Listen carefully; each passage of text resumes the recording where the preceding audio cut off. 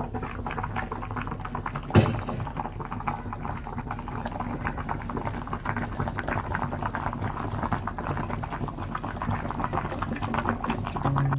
guys! For today's video, ipagluluto ko kayo ng masarap na bulalo. Tara na, simulan na natin.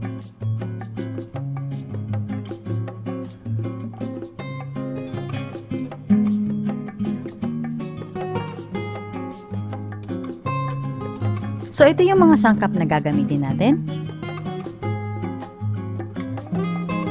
So una, magpapakulo tayo ng tubig.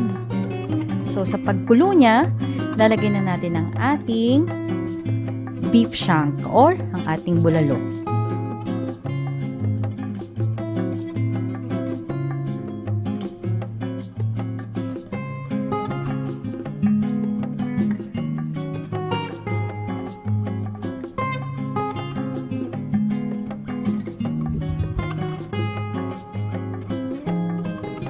Ito guys, itong bulalo, isa sa pinakamasarap ay ang bulalo sa Batangas.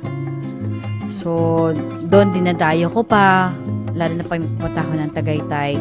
So, dinadayo ko yung mga bulaluhan doon kasi napakasarap talaga. So, ayan, naglagay na tayo ng ating sibuyas. So, masarap siya pag mas maraming sibuyas. Mas malasa. And then, mag-add tayo ng salt.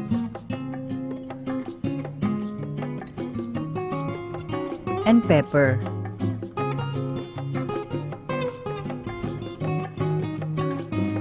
And then hayaan lang natin siyang kumulo at syempre dapat malambot na malambot ang ating bulalo para hindi mahirap kainin.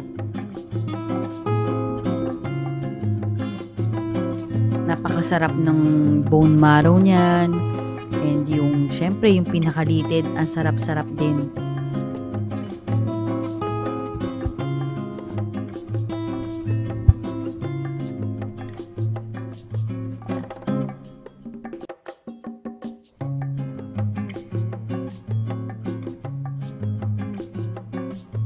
So, takpan lang natin at hayaan nating kumulo. So, ayan na siya guys. Nakikita nyo naman. Then, kung kulang yung tubig, mag-add lang tayo ng tubig. Then, hayaan natin pang lumambot ang ating bulalo. So, sometimes it will take 2 to 3 hours para lumambot yan. Then, add tayo ng beef cubes.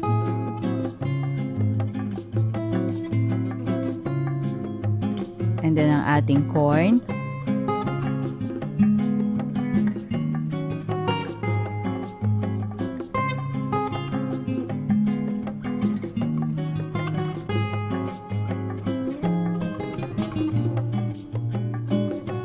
So hayaan lang natin siya hanggang sa maluto ang ating corn at lumambot na rin ang ating bulalo. So dito guys, hindi ko isasama yung ating gulay. So, isi-separate ko lang siya para hindi lumabsa ang ating gulay. So, fresh pa din kapag hinain natin ang ating bulalo. Pwede rin kayong mag-add dito ng patis kung gusto nyo. Depende sa panlasa nyo rin yan. So, ito yung mga gulay na gagamitin ko. So, ayan na siya guys. Malambot na yung ating bulalo. So, iniisa-isa ko lang paglagay bago natin lagay yung ating sabaw. So, kitang-kita nyo naman, napakasarap ng bone marrow nan. And yung lited, nakikita nyo, grabe.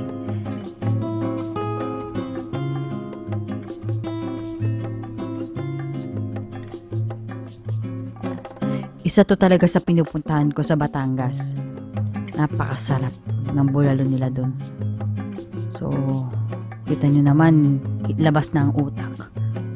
So, syempre, dapat mag-ingat din po tayo, lalo na yung may mga high blood. So,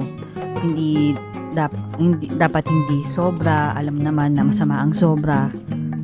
Mag-enjoy lang paminsan-minsan. Pero syempre sa mga taong may sakit, hindi pwedeng kumain ng utak nito.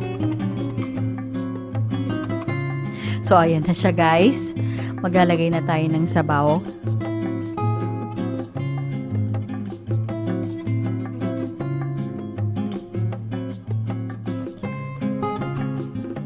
And at the same time, ang ating corn na isa rin sa nagpapasarap sa ating bulalo. So, eto na siya guys. Ang ating bulalo. Enjoy! For more videos and updates, don't forget to click subscribe and click the bell button.